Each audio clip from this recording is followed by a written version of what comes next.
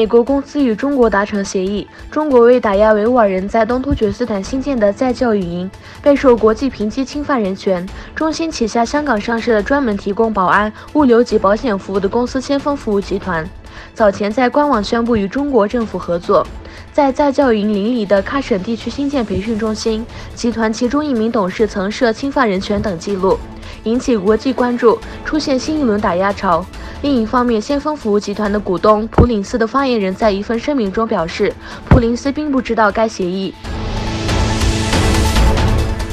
为东突厥斯坦举行游行，土耳其萨喀尔牙省阿克亚泽县公民举行示威游行，抗议中国在东突厥斯坦的打压政策。与此同时，在东突厥斯坦理事会主席图姆图尔克的参与下，鄂茨兹格举行示威活动，以抗议中国在东突厥斯坦的镇压和同化政策。特朗普、蓬佩奥和北约陆续宣布，美国国务卿蓬佩奥宣布，美国退出了美国总统罗纳德·里根和苏联领导人戈尔巴乔夫于1987年签署的忠诚核力量协定。美国总统唐纳德·特朗普表示，北约盟国支持美国撤回与俄罗斯的协议，北约宣布支持美国的决定。阿富汗总统不要离开我们的国家。阿富汗总统阿什拉夫·加尼写信给美国总统唐纳德·特朗普，要求美国军队不要从阿富汗撤军。据报道，在《纽约时报》发布的这份信，阿富汗总统加尼说，美国军队不应该从阿富汗撤军，但可以减少部队人数，以降低成本。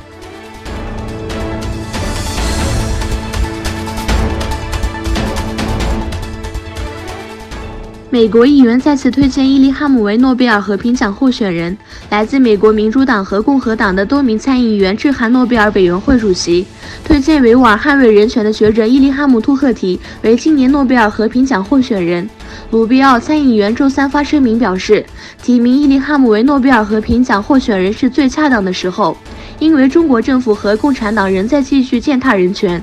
有超过100万的维吾尔人和其他少数民族的人被关押在再教育营里。伊利哈姆致力于维族和汉族之间的沟通，应该得到评委的认可。